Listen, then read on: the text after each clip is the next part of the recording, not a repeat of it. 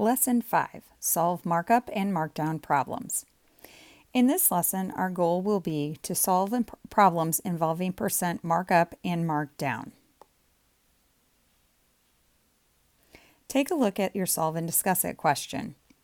This real-life problem is something that adults face on a daily basis. Claire subscribes to an online music streaming service for a yearly fee of $96. Starting next month, there will be a 12% increase in the fee. The ad for another music streaming service is shown below. Should Claire switch? Explain. See if you can come up with a response to this problem and determine whether or not Claire should stick to her yearly service or if she should change services to the new one based on the advertisement. Pause the video while you try this and then come back and check your work and see if it makes sense. One way to approach this problem is to determine the new service cost per year and to determine what the increase would be in her current service cost and then compare the two.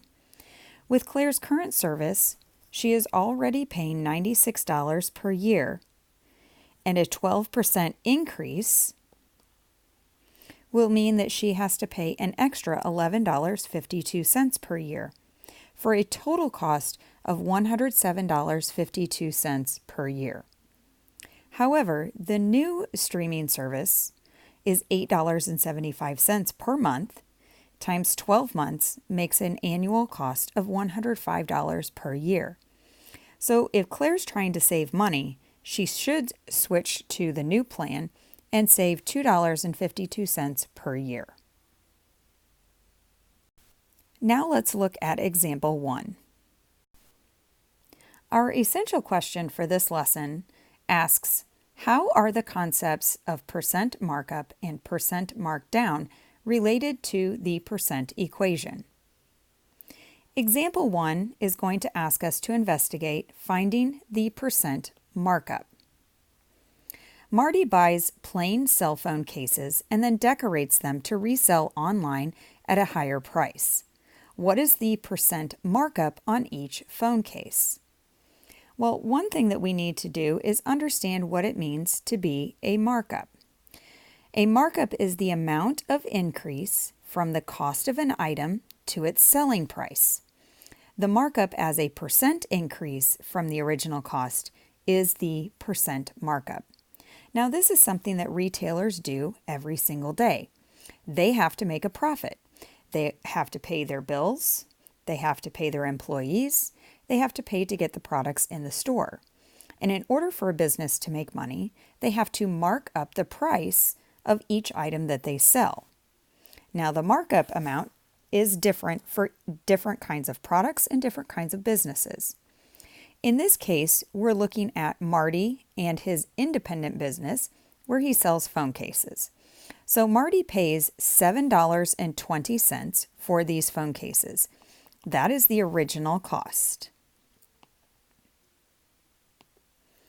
Then he turns around, spends some time decorating. I'm sure he buys his own materials and such, and he sells them for $11.25 each. So that's the new price.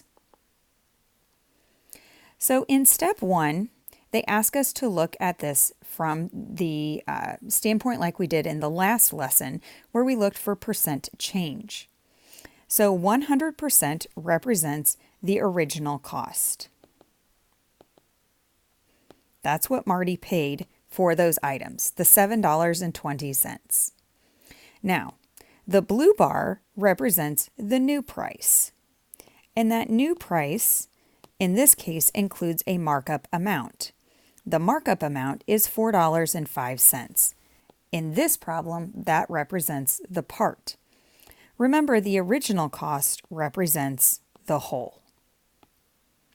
So when we set up our percent equation in step 2, you'll notice that the markup is the part, and that goes into our equation in place of the part and that's the markup. So $4.05 is the difference between what Marty pays for the phone case and what he sells the phone case for. The percent markup, or P, is the piece that we're looking for. And the cost is that whole amount. That's the $7.20 that Marty paid for the item originally. Now, in order to solve this, just like we've done in the past, I'm going to show you that right over here in the white space on my screen. And you can fit this into your space, white space on your paper. So $4.05 equals P times $7.20. So we're going to divide both sides by that $7.20. And when we do that, P is equal to the $4.05 divided by the $7.20, which gives us a decimal of 5,625 ten-thousandths. Now, remember that that is a decimal value, and in order to change that into a percent, we need to do that times 100. And in that case, we get 56 and 25/100%. Now, in this problem, they rounded it and said it's about 56%. Now I'd like for you to try it at the bottom of the page. See if you can determine the markup amount and then solve for the percent markup in that problem. Come back and check your answer when you're finished.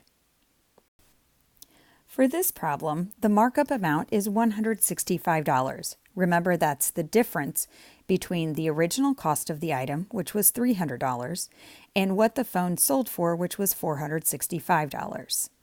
Since the markup amount is $165, remember that that is the part. And the whole is the $300 that was the original cost of the phone. So in our percent equation, the markup amount equals the percent markup times the original cost.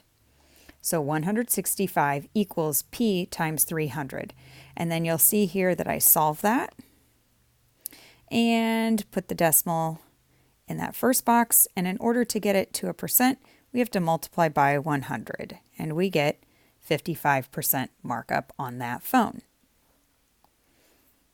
Now let's take a look at example 2. Example 2 asks us to find the selling price. The local furniture store pays $110 for a chest of drawers and sells it with a 40% markup. What is the selling price of the chest of drawers? So step 1 is to use a bar diagram to represent the problem. In this problem, we know the percent markup. We know the whole, which is how much the item originally cost. And what we are asked to do is to find the amount of the markup. In other words, how much did that price increase by? So step 2 has us taking a look at our percent equation. This time, remember the markup is the part. That is equal to the percent markup times the cost, and the cost is the whole. So as we substitute in what we know here, we know the 40% markup. Okay, remember to change that over to a decimal first. And we know the original cost of the item. So our our markup amount, A, is equal to percent markup times cost, or 40/100 times 110. In this case, A equals 44, which means the markup amount is $44. So the selling price of that chest of drawers is equal to the original cost of the item. What did the store pay to get that item in the store? Plus the markup. And that tells us that the cost of the chest of drawers will be $154 for the customer. Now I'd like for you to use that same percent markup equation to find the selling price of a $45 pair of shoes. And actually, I'm going to show you that that's the cost, so that will be the whole. And it will have a 15% markup. So don't forget to change that into its decimal form from its percent. Now go ahead and set up your equation and solve to find how much the markup amount is, and then find the selling price for those shoes. Pause the video while you do this and come back and check your answer. For this problem, A, or the markup amount, is $6.75. But remember, the question asks us for the selling price, which means we need to take that markup amount and add to it the $45 that the shoes initially cost the store to get. So our total selling price here will be $51.75.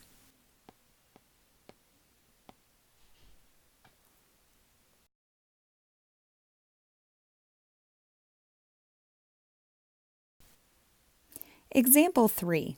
Find markdown and sales tax. Edward wants to buy a snowboard that is on sale.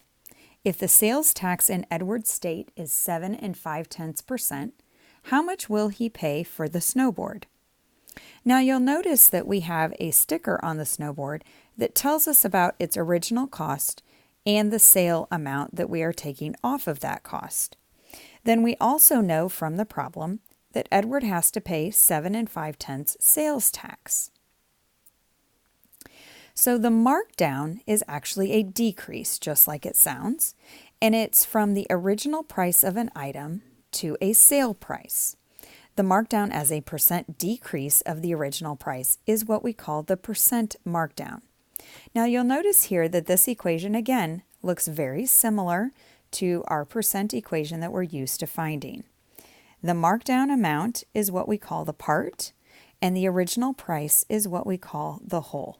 The percent markdown is our p-value, just like we've been finding before. Okay?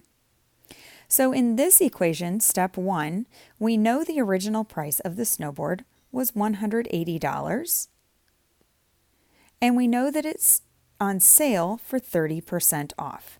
So we're taking that 30% off and we're writing it in its decimal form. And our percent equation says that our part, or markdown amount, is equal to the percent markdown, 30 hundredths, times the original price, which is $180. And when I multiply those two values together, I get 54. In other words, 54 is the part. That is the amount of the markdown.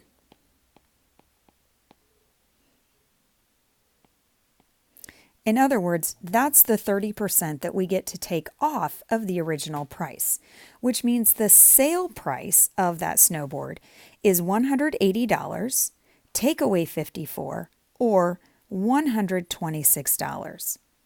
Now, in order to find the sales tax for that item, we need to use the sale price of the snowboard. In other words, in this problem, the part is the sales tax amount, and the whole is the sale price.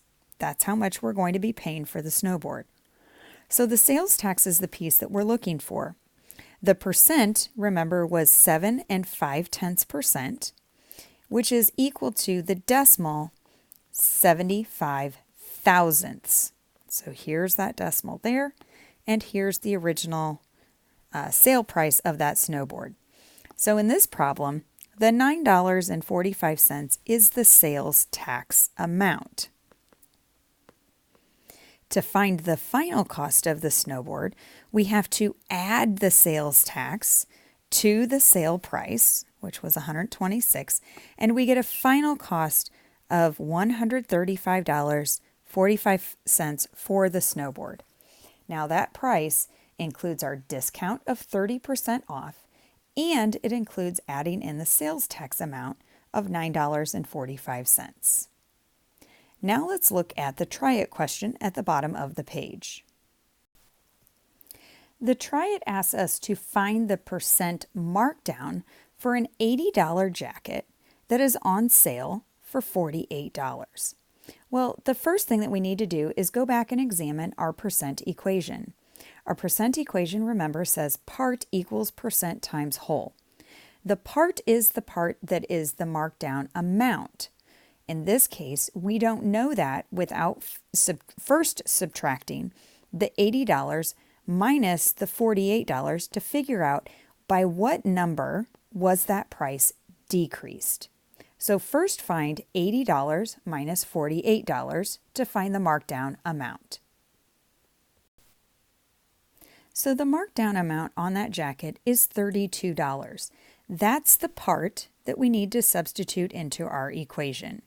So 32 is equal to the percent markdown, that's the P, times the whole, which is the original cost of the jacket, in this case, $80. Now we're going to solve this equation for P. In other words, we need to divide both sides by 80, and P is going to be a decimal number. Now find P, and then let's change that back into a percent. You should have gotten the decimal 4/10. In order to make that into a percent, remember we have to multiply by 100, and we get a percent markdown of 40% off. So in other words, that jacket was marked 40% off, and that's what took it from $80 down to $48. Now let's try some questions together on the practice and problem solving pages.